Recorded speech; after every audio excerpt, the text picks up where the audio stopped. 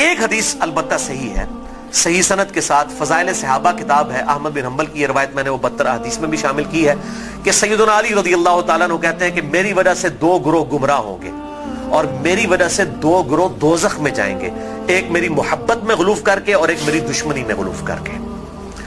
تو یہ سیدنا علی کا قول ہے، اور یہ محدثین کا پیٹ رول ہے کہ اگر کسی صحابی کا قول غیبی خبر سے متعلق ہو تو یہ امپلائیڈ ہوتا ہے کہ یہ نبی کے بتانے پر ہی موقوف ہے، یعنی نبی نے خبر دی ہے تب ان کو یہ مستقبل کی خبر پتا ہے، ورنہ نبی کے علاوہ تو کسی کے پاس علم غیب نہیں نہ ہوتا اللہ تعالیٰ کی طرف سے۔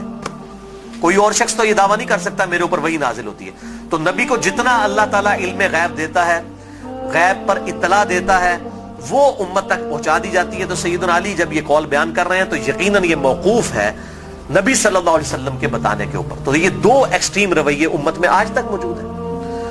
لیکن اب مسئلہ یہ ہوتا ہے کہ چونکہ فرقہ واریت ہو جاتی ہے تو اہل سنت سے اگر آپ پوچھیں گے وہ کہیں گے جی وہ جس دوزخ میں جس گروہ نے جانا ہے نا وہ یہ رافضی شیعہ ہے، دیکھیں سیدنا علی کے بارے میں کتنا غلو کرتے ہیں۔ اچھا آپ شیعہ سے جا کے پوچھیں وہ کہیں گے جس بندے جنہوں نے حضرت علی کی دشمنی میں دوزخ میں جانا ہے وہ اہل السنہ ہے۔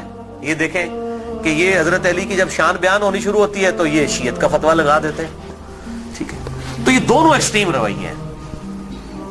اہل سنت کے ہاں بھی ناسبی موجود ہے جو سیدنا علی سے بغض رکھتے ہیں، آج تک موجود ہے، اور ان کی زیادہ تر تعداد جو ہے وہ اہل حدیث اور دیوبند مکتب فکر کے اندر موجود ہے۔ آپ کچھ بریلیوں میں بھی ایک کا دکا دانے آنے شروع ہو گئے ہیں، اور اسی طریقے سے جو رافضیوں کی اکثریت ہے وہ اہل تشیع کے ہاں پائی جاتی ہے جو کہ سیدنا علی کے بارے میں غلو کرتے ہیں۔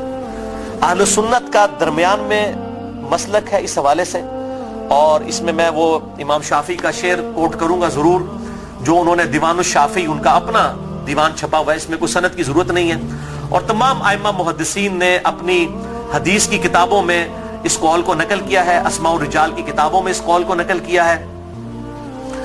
امام ذہبی رحمہ اللہ نے جو امام ابن تیمیہ کے شاگرد ہیں انہوں نے بھی نقل کیا، امام ابن تیمیہ نے بھی نقل کیا، اور امام ابن کثیر نے بھی، اور باقی سارے ائمہ نے، ابن حجر اسقلانی نے بھی، کہ امام شافعی فرمایا کرتے تھے ان کان رفضا حب آل محمد صلی اللہ علیہ وسلم، اگر آل محمد کی محبت کا نام رافضی یا شیعہ ہونا ہے فَلْيَشْهَدِ الثَّقَلَانِ أَنِّي رَافِضِي، تو جن و انس گواہ ہو جاؤ اس بات پہ کہ میں رافضی ہوں۔ کہ اگر سیدنا علی سے محبت کا نام شیعہ ہونا ہے اور تم مجھے بلیم کرتے ہو کہ میں علی سے محبت کیوں کرتا ہوں، آل محبت سے محبت کیوں کرتا ہوں، اس کی بنیاد پہ تم مجھے شیعہ کہتے ہو، تو گواہ ہو جاؤ میں شیعہ ہوں۔ اور میں نے اس میں پھر ایڈ کیا کہ اگر آج امام شافعی زندہ ہوتے تو میں کہتا کہ شیخ صاحب آپ میرے بھی کچھ اشعار اس میں ایڈ کر لیں۔ آپ نے تو کہا نا کہ اگر اہل بیت کی محبت کا نام رافضی یا شیعہ ہونا ہے تو میں ہوں رافضی، تو میں یہ کہتا ہوں کہ اگر نبی صلی اللہ علیہ وسلم کی محبت کا نام اگر وہ غلوف کے درجے میں نہ ہو، بریلوی ہونا ہے تو میں بریلوی ہوں۔ اگر صحابہ کرام سے عقیدت کا نام اگر غلوف کے درجے میں نہ ہو، یہ شرط ہے، ادھر بھی معصومیت نہ کلیم کر دی جائے دیوبند کی طرح، اگر اس کا نام دیوبندی ہونا ہے تو میں دیوبندی ہوں۔